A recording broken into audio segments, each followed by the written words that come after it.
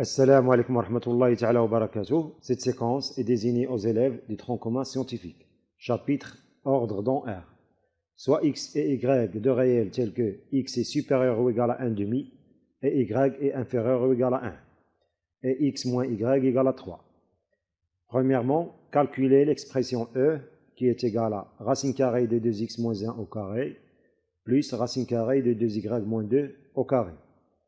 Deuxièmement, montrez que 1 sur 2 est inférieur ou égal à x et inférieur ou égal à 4, et moins 5 sur 2 est inférieur ou égal à y, inférieur ou égal à 1. Troisièmement, calculez f est égal à valeur absolue de x plus y moins 5, plus valeur absolue de x plus y plus 2. Donc on va essayer de répondre à la première question. On a dans les données x est supérieur ou égal à 1 sur 2, y est inférieur ou égal à 1 et x moins y est égal à 3. Et on veut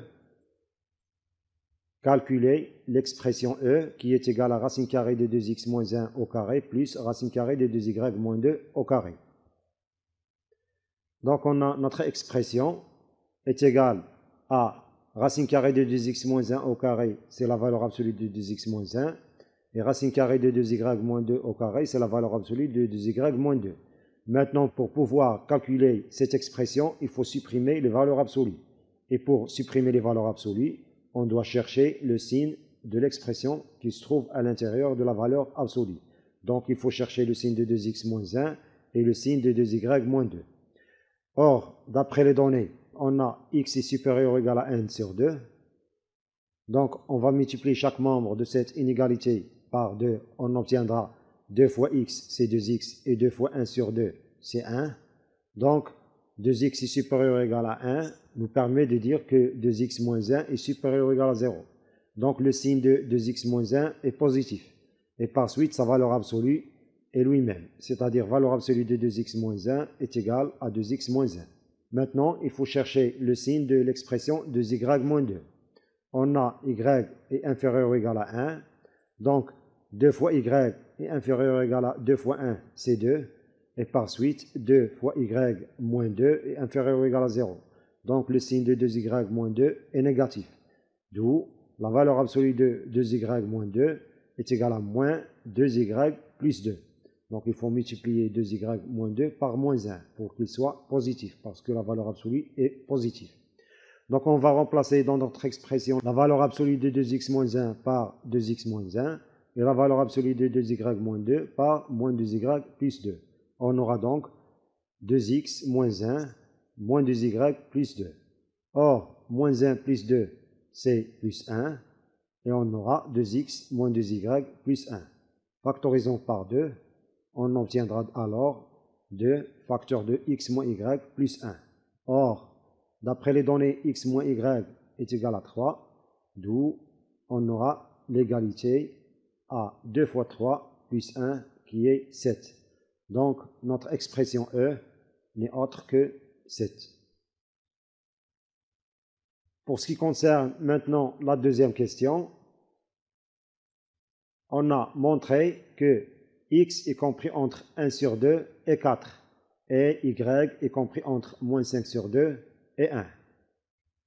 On a, d'après les données de l'exercice, x moins y est égal à 3. Donc, y est égal à x moins 3. Et on sait que y est inférieur ou égal à 1. Donc, on va remplacer y par x moins 3. On aura x moins 3 est inférieur ou égal à 1.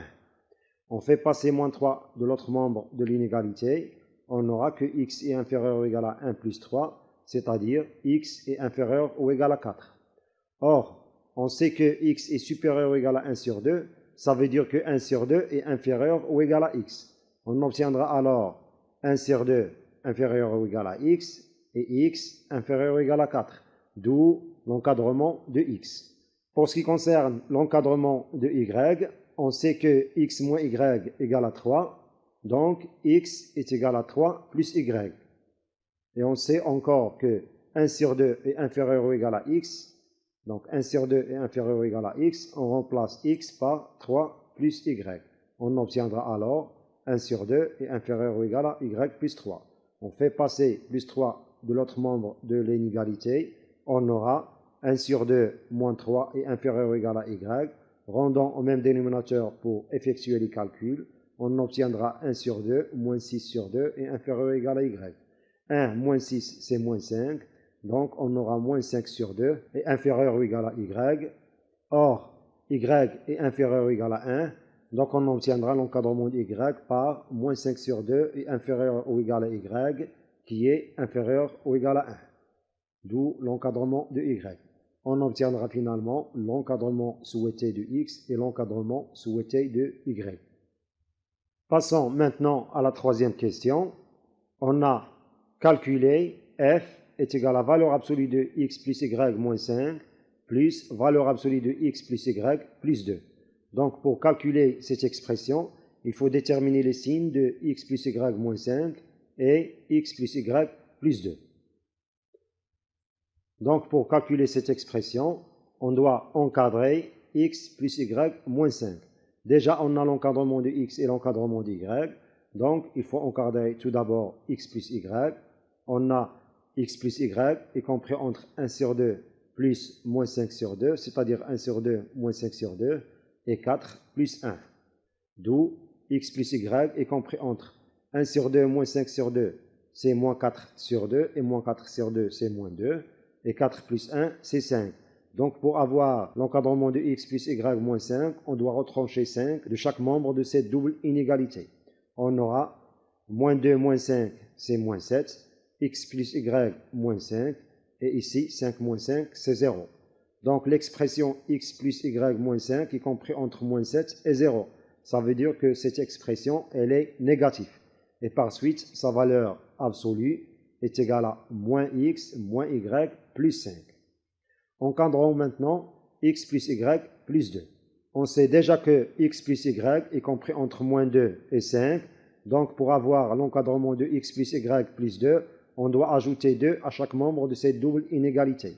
Moins 2 plus 2, c'est 0. Donc, x plus y plus 2, la voilà. Et 5 plus 2, c'est 7. Donc, x plus y plus 2 est compris entre 0 et 7. Ça veut dire que cette expression, elle est positive.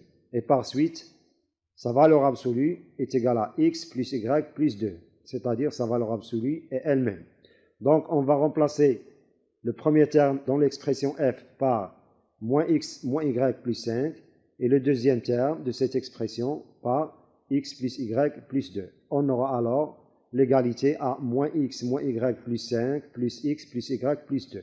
Or, moins x et plus x sont deux termes ou bien deux nombres opposés, leur somme est égale à 0, et moins y plus y aussi, il reste finalement 5 plus 2 qui est 7.